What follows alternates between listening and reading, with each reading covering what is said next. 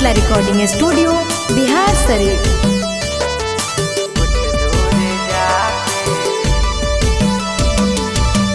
तू है रानी हाँ मेरा जागे, तू है रानी हाँ मेरा जागे, तू है रानी हाँ मेरा जागे। गोरी कुछ दूर जाके हमसे क्यों शर्मायो रे, गोरी हमसे क्यों शर्मायो रे।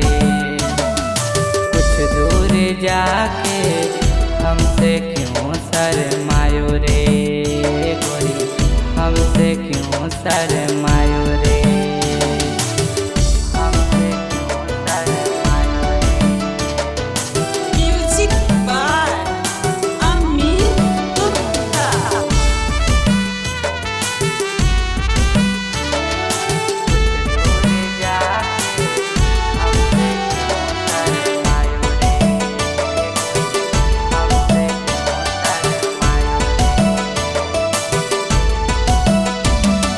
तुझसे मेरी अभी बात हुई, बिना मुलाकात हुई हो बात हुई।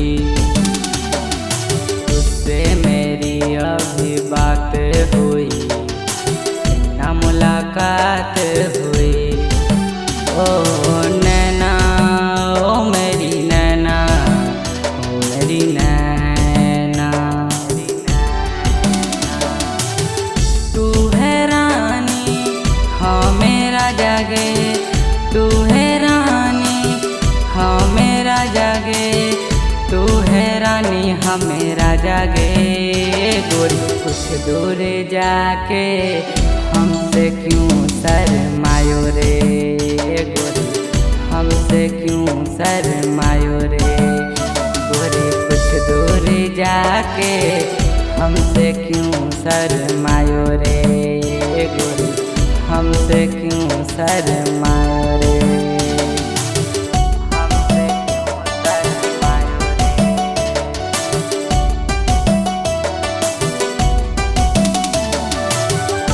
दूर जाके हमसे क्यों शर्मायो रे, हमसे क्यों शर्मायो रे।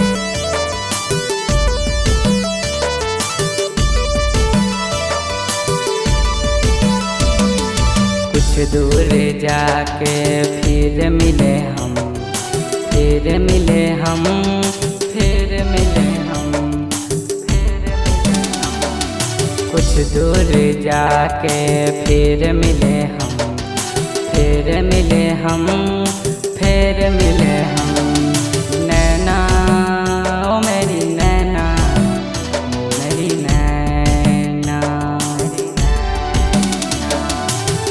बलिया तोरे गोरी मधुरी काटागे, बलिया तोरे गोरी मधुरी काटागे। हम हीरो अमितागे, गोरी कुछ दूर जाके हमसे क्यों शर्मायो रे, गोरी हमसे क्यों शर्मायो रे। गोरी कुछ दूर जाके हमसे क्यों शर्मायो रे, गोरी हमसे क्यों शर्मायो रे।